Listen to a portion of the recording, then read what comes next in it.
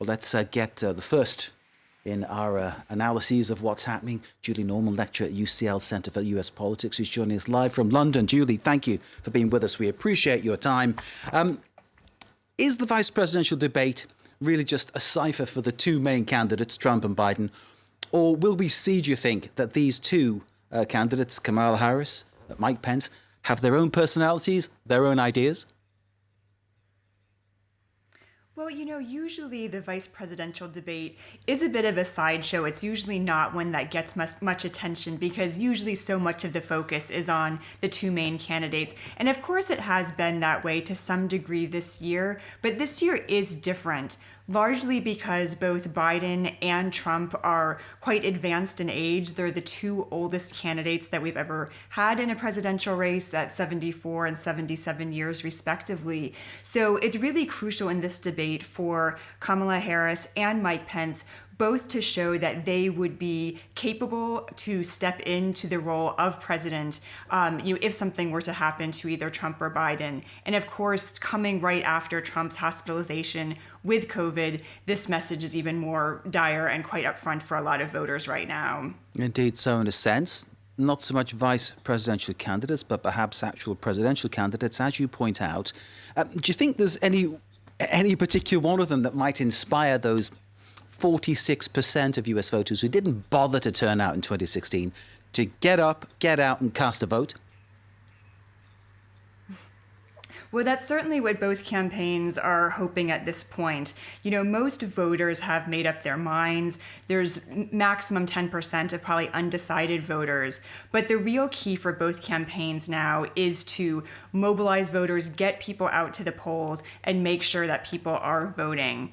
For both of the campaigns, for the Trump campaign, there are many Republicans who may not be super comfortable with Trump's personality, with a lot of his rhetoric, but may still feel in sync with a lot of conservative values, a lot of conservative policies that the Republican Party still represents and that people may see more represented in Pence than just in Trump. And on the Democratic side, there are many Democratic voters who are maybe not super excited about Biden, but maybe like what the future of the party looks like with someone like Kamala Harris. And so both campaigns are hoping that there will be some kind of appeal to maybe get some additional voters out based on these, based on the running mates. What I'm reading says there's been no kind of sympathetic jump in the polls towards Trump since his treatment for COVID-19. He, of course, back in the Oval Office now.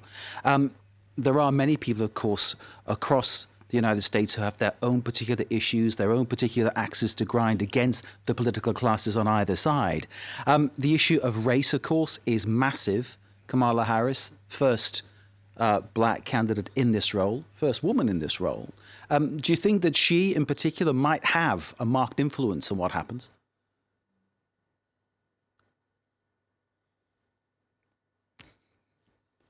Live television? We seem to have our guest back. No, we don't. We seem to have been interrupted, I'm afraid, by the issues to do with live television. I'm now seeing that our guest is back. Julie Norman, if you can hear me, and if you caught that question, please go ahead and answer. Yes. So you asked about Kamala Harris, and, she certainly is a very notable vice presidential candidate. She is the first woman of color of both Black and Indian descent. But, her credentials go a lot further than just her identity. She was a really strong pick for Biden on a lot of levels. She complements him in a lot of ways. And her pick was one that Democrats were hoping would excite a lot of Democrats who maybe weren't so excited about Biden, but again, liked what Kamala Harris had to say on a lot of specific issues. And she has even adapted some of her policies in the course of the race, especially around issues of racial justice, around issues such as healthcare. And so we expect those topics to come up in the debate tonight. Pence, ultra-conservative. And I suppose he looks like a steady pair of hands in comparison to the president. He certainly does. And even in his own right, Pence is known for being very cool, very calm, very collected. He tends to be a very strong debater because of this, and really a very different approach, obviously, than Trump, and one that will probably be welcome to a lot of voters after the debate that we saw last week, where Trump, really had a very different approach, was not one he would describe as keeping his cool. And so I think that will speak to a lot of, again, conservative voters who like the policies coming from the Republican Party, but prefer Mike Pence's more stable, calm delivery method. Indeed, Julie. I think we're expecting this vice presidential debate to be more presidential, to coin a phrase. Julie Norman, lecturer at the UCL Centre for US Politics.